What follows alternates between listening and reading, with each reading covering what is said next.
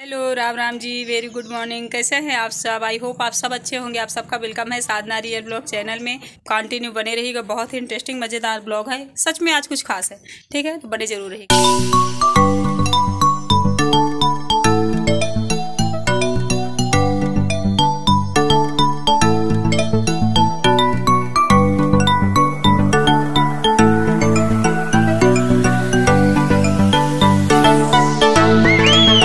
तो थोड़ा सा मैंने मेकअप सेकअप कर लिया है। चलिए, नल चल रहा है, अब करते हैं तुलसी माँ की पूजा।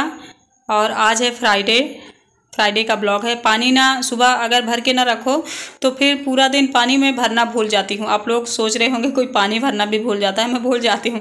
अगर मेरा मॉर्निंग का काम सारा ख़त्म हो गया, मैंने नाश्ता कर लिया, बच्चों को मैंने भेज दिया, तो उसके बाद ना मुझे लगता है कोई काम ही नहीं है। जो काम रह जाता है वो बस पड़ा ही रहता है। इसीलिए मैं सुबह सुबह सारे काम निपटा लेती हूँ। और सुबह से काम पूरा निपटा ही लेना चाहिए, सुबह वाला। नहीं, सुबह वाला काम फिर जब हम दोपहर को करेंगे तो करने में मन नहीं लगेगा। यहाँ सूर्यदेव जी को जल दे दूँगी, तुलसी माँ को, और यहाँ जितने देवी देवता उन सबको भी। और आज मुझे अपने मंदिर की सफाई करनी है, जहाँ मैं भगवान जी अपना रखती हूँ। अलमीरा में ही रखती हूँ, लेकिन कहते हैं ना, जो जिसका घर होता है उसके लिए बेस्ट होता है। तो मेरे घर में मेरे भगवान जी का घर जितना बड़ा है उसमें ही वो खुश हैं, क्योंकि उनको पता है मेरी भक्त इतनी बड़ी नहीं है, इतने पैसे वाली नहीं है कि मेरे लिए मंदिर बनवा सके। लेकिन जब भी बनवा सकूँगी तो सबसे पहले प्रभु भोलेनाथ के लिए, अपने देवी देवताओं के लिए एक छोटा सा मंदिर बनवाऊँगी अपने घर में, कि उनको मैं अच्छे से रख सकूं। मतलब उनका घर हो जहाँ हम सब डिस्टर्ब न करें। यहाँ राम कुटिया में ना भगवान भी रहते, मैं भी रहती हूँ, सामान भी रहता है, मतलब बहुत लोग रहते हैं। इसलिए सिर्फ भगवान का घर ये नहीं है, एक भगवान का सिर्फ घर बनवाऊँगी भगवान की कृपा से, ठीक है। चलिए, ये देखिए, यहाँ मैंने साफ़ कर दिया है। बिछाऊँगी पीला वस्त्र।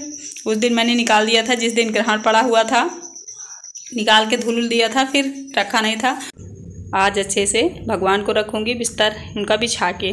फिर कृष्णा जी को नहला के मैंने स्वेटर पहना दिया है, क्योंकि अब ठंडी का मौसम आ गया है। तो इनकी केयर भी वैसे ही करनी है जैसे हम छोटे बच्चों की करते हैं।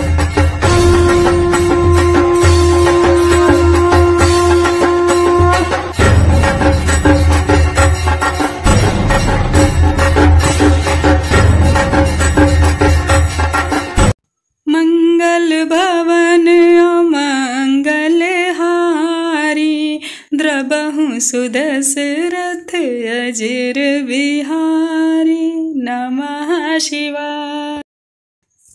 फिर देखिए, काफ़ी दिन बाद आज मैं मिर्ची का अचार रखने जा रही हूँ, थोड़ा सा डेली यूज के लिए। एक सिस्टर बोल रही थी, साधना दी, इस बार अगर आप मिर्ची का अचार बनाना तो हम लोगों को अच्छे से दिखाना, स्टेप बाय स्टेप। तो देखिए डियर, यहाँ मैं लहसुन की कलियाँ और मिर्ची, अदरक ले ली हूँ, तेल ले ली हूँ। इसमें मैंने थोड़ा सा सूखा धनिया, लहसुन और अदरक का पेस्ट, जीरा डाल दिया है, फिर मिर्ची डाल दी हूँ। ऐसे मैं बनाती हूँ, बहुत ही यम्मी लगता है। हल्दी डाल दी हूँ, और फिर ये मैं डाल दे रही हूँ गरम मसाला, नमक। बहुत सारी चीज़ें नहीं डालती हूँ, इसमें अजवाइन मिसिंग है, आप चाहें तो अजवाइन भी डाल दें। अब इन्हें मैं अच्छे से मिलाऊंगी। ऐसे ही मैं रखा करती हूँ। चाहें तो तेल और ज़्यादा डाल सकते हैं, थोड़ा सा अगर आपके पास नींबू है 3 नींबू भी डाल सकते हैं, और अगर सिरका है तो सिरका भी डाल सकते हैं। इससे फ्लेवर बहुत अच्छा आएगा। ये खाने में ना बहुत अच्छा लगता है। अदरक और लहसुन का जो पेस्ट होता है वो इसकी तीखापन जो होता है ज़्यादा वो मारता है, जिससे हम लोग और बच्चे भी खा सकते हैं। ये देखिए, अच्छे से बन के रेडी हो गया है। इसे मैं अब प्लेट में निकाल दूंगी। एकदम से हल्के आंच में पकाती हूँ। तो आप ऐसे बनाओगी मिर्ची का अचार तो बच्चे भी खा लेंगे। बहुत ज़्यादा यम्मी लगता है, टेस्टी भी लगता है। आप चाहें तो इसमें थोड़ा सा मूंगफली पीस के भी डाल सकती हैं, उससे और अच्छा फ्लेवर आएगा। फिर देखिए, यहाँ मैं अमरूद और टमाटर, धनिया, लहसुन, मिर्ची की चटनी बनाई हूँ। आप सब देखते हो मेरे ब्लॉग में, डेली चटनी बनाती ही हूँ, क्योंकि मेरे घर में सबका फेवरेट है। कितनी बार इसे बताऊँ। तो चलिए, चटनी वटनी पीस के पराठा बनाऊंगी। चटनी, पराठा, मिर्ची का अचार, बस यही आज बच्चे खाएंगे, लेके जाएंगे। ये देखिए, सब बच्चे रेडी हो गए हैं। जल्दी जल्दी मैं इन लोगों को खाना खिला दी हूँ। पराठा, चटनी और मिर्ची का अचार, पराठा ये लोग लेके जा रहे हैं। ये देखिए, पानी भर दूंगी, टिफ़िन भर दूंगी। खुशी और हर्ष अपनी अपनी टिफ़िन डाल लेते हैं, पानी भी डाल लेते हैं। शिव का मुझे डालना पड़ता है, क्योंकि इसका ना बोलेगा मम्मी आप भर देना, अगर मैं नहीं भरूंगी तो ये ऐसे ही चला जाएगा, लेके नहीं जाएगा, इसकी ये आदत है। चलिए, इन सबको भेज के फिर मिलती हूँ आप लोगों से मैं, ठीक है फ्रेंड्स। चलिए फ्रेंड्स, पूजा पाठ भी हो गई, खाना भी बन गया है। अब मैं नाश्ता पानी करूँगी। बच्चे लोग गए, सबका टिफ़िन उफ़िन मैंने तैयार कर दिया है। चलिए आप सब बने रहिएगा। और आज ना सोच रही हूँ शाम तक और सारे काम निपटा लूँ। घर में बहुत सारे काम हैं, जैसे कपड़े प्रेस करना। बहुत ज़्यादा कपड़े मैंने धुल के रखा है जिन्हें मैंने प्रेस नहीं किया है। तो सोच रही हूँ अगर खाली टाइम मिलेगा तो कपड़े प्रेस कर लूँगी। और पैर में भी मेरे आराम है तो और कुछ काम भी कर लूँगी जो मैं नहीं कर पा रही थी जब तक मेरे पैर में दर्द था। तो वो दवा मुझे फ़ायदा करी है फ़िलहाल। कहते हैं ना कि अगर मर्ज पकड़ में आ जाए तो दवा तुरंत फ़ायदा करने लगती है। और जब तक पता ना चले कि है क्या हमारे, तब तक हम उसमें कितनी भी दवाई कर लें, कितना भी क्या क्या कर लें, कुछ नहीं होगा। क्योंकि जड़ अगर पकड़ आ जाएगी तब हम उसके ऊपर वाले तने को सही कर सकते हैं ना। चलिए फ़िलहाल ज़्यादा बात नहीं करती हूँ, चलती हूँ कुछ खाती पीती हूँ। तो ये है अंत में मेरा खाना, मैं भी खा लेती हूँ, भूख लगी हुई है। और एक बात भी मुझे आपसे करनी है फ्रेंड्स, किसी ने मुझे कमेंट किया था कि साधना दी कोई ऐसा इंसान है जो मुझे बहुत ज़्यादा टॉर्चर कर रहा, परेशान कर रहा, मैं कुछ कर नहीं पा रही हूँ।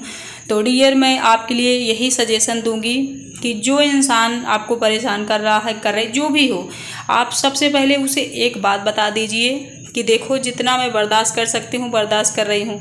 जिस दिन मैं अपने पर आऊँगी उस दिन तुम्हें सोचना पड़ेगा कि तुम्हारा अंजाम क्या होगा। और जब मैं सजा दूंगी तो रोने लगोगे। क्योंकि औरत जब तक सहती तभी तक सहती है, जब वो सहना बंद करते तो रुलाना शुरू कर देती है। और औरत लाठी डंडे नहीं उठाती है, ना वो गाली देती है। उसका चुप्पी, उसका शांत हो जाना, उसका साइलेंट हो जाना ही बहुत सारे लोगों के लिए सज़ा बन जाता है। तो इसलिए ये वार्निंग पहले दे दो, फिर भगवान के ऊपर छोड़ दो। भगवान की सज़ा जो है ना वो बहुत बढ़िया होती है। तेल मैंने लगा लिया है। अब ठंडी का मौसम है ना तो धूप सेकना ज़रूरी है। काम भी नहीं रहता कुछ। बच्चे लोग जब चले जाते हैं तो नाश्ता वास्ता करने के बाद लगता है बस कुछ देर बैठे रहो या तो लेटे रहो। गर्मी रहती तो अंदर लेट जाती हूँ, ठंडी रहती कुछ देर यहाँ बैठ जाती हूँ। एक मुझे तख्ता बनवाना है, तखत हम लोग तखत कहते हैं। तो एक तखत टाइप सोच रही हूँ यहाँ रखूँ मैं, छोटी सी, बहुत बड़ी नहीं। वो तखत में बैठने के लिए, खाना खाने के लिए धूप में ठीक रहेगा। ज़मीन में बार बार चटाई बिछाओ फिर उठाओ। तखत रहेगी ना तो रखी रहेगी, रात दिन कोई फ़र्क नहीं पड़ेगा। मान लो धूप में ख़राब होने का डर रहेगा तो थोड़ा सा ढक दो, बस बारिश में हटा दो। तो बहुत ज़्यादा ज़रूरी है, कुछ चीज़ें बहुत ज़्यादा इम्पॉर्टेंट है और हम कर भी सकते हैं, फिर भी हम लोग वो काम कर नहीं पाते हैं। उसका एक मेन रीज़न है कि हम लोग ध्यान नहीं देते हैं। और जिस चीज़ पे फ्रेंड्स हम लोग ध्यान नहीं देंगे ना, चाहे जितना इम्पॉर्टेंट चीज़ हो वो हम नहीं कर पाएंगे। मतलब जिसे हम कर सकते हैं, नॉर्मली हम कर सकते हैं, उसमें कोई ये नहीं है कि बहुत बड़ा टेंशन है भैया कैसे होगा। कहते हैं ना प्रवासी नगर कीजिए सब काजा, हृदय राख कौशलपुर राजा। कुछ चीज़ें होती हैं जो प्रवासी होती हैं, जो हम नहीं कर पाते हैं, तो उसे हम अगर भगवान के भरोसे छोड़ दे तो ठीक है। लेकिन जो हम कर सकते हैं, हमारे हाथ में है, उसके लिए तो मुझे लगता है भगवान का नाम लेके वो काम कर लेना चाहिए।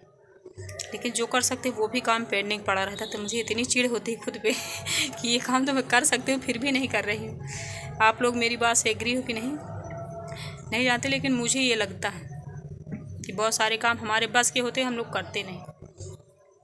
खैर चलिए, यहाँ मैंने इसे रखा है, लगाऊंगी बालों में तेल, इसलिए मैंने बाल अपने ऐसे झांखर जैसे रखे हुए हैं। और ऐसे जब बाल खुला हम लोग रखते थे बचपन में, थोड़े बड़े हो गए थे, खेलते बोलते थे, घूमते थे, तो मम्मी हमारी यही कहती थी कि ये झारखंडी मैया बन के घूम रही है पागल जैसी। जब भी बाल ऐसे खोलती थी मैं तो मेरी मम्मी बहुत डांटती थी कि झारखंडी मैया बन के फिर रही है।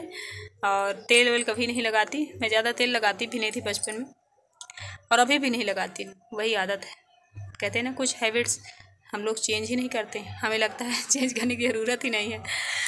तो चलिए मैं यहाँ लगाऊंगी तेल अपने बालों में, ठुकाई करूँगी, क्योंकि बाल भी मेरे रूखे हैं और सर में भी हल्का दर्द रहता है, और बालों में मेहंदी भी लगाने लायक है। खैर अभी चल रहा है, लगा लूँगी। चलिए फिर मिलती हूँ।